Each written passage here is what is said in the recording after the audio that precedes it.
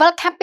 2026 លើកទី23ពុំមានពលមរណៈខណៈក្រុមលេខ3ក៏មានឱកាសឡើងទៅវះបន្តលទ្ធផលចាប់ឆ្នោតបែងចែកពូលទាំង48ប្រទេសសម្រាប់ព្រឹត្តិការណ៍បាល់ទាត់ពិភពលោក World Cup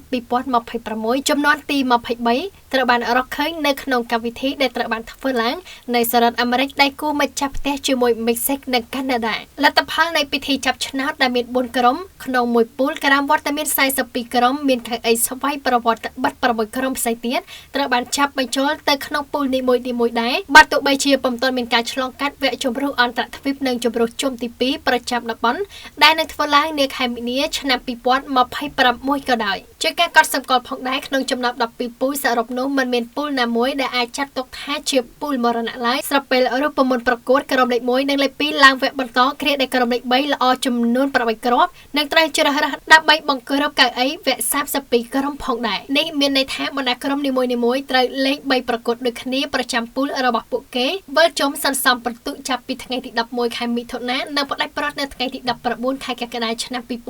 2026ស្ថិតនៅតំបន់អាមេរិកខាងជើងអ្នកចាប់បាត់ថាបច្ចុប្បន្នខេត្តព័រទុយហ្គាល់ម្ចាស់ជើងឯកអ៊ីរ៉ូ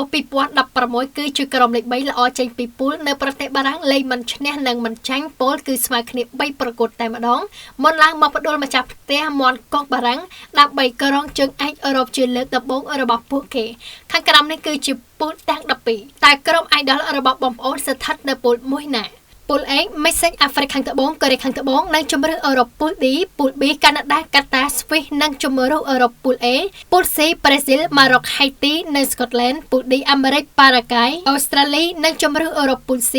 ពូល E អាល្លឺម៉ង់កូរ៉ាកាវកូតឌីវ៉ានិងអាខ្វាទ័រពូល F ហូឡង់ជប៉ុននុយទេស៊ីនិងជម្រើសអឺរ៉ុបពូល B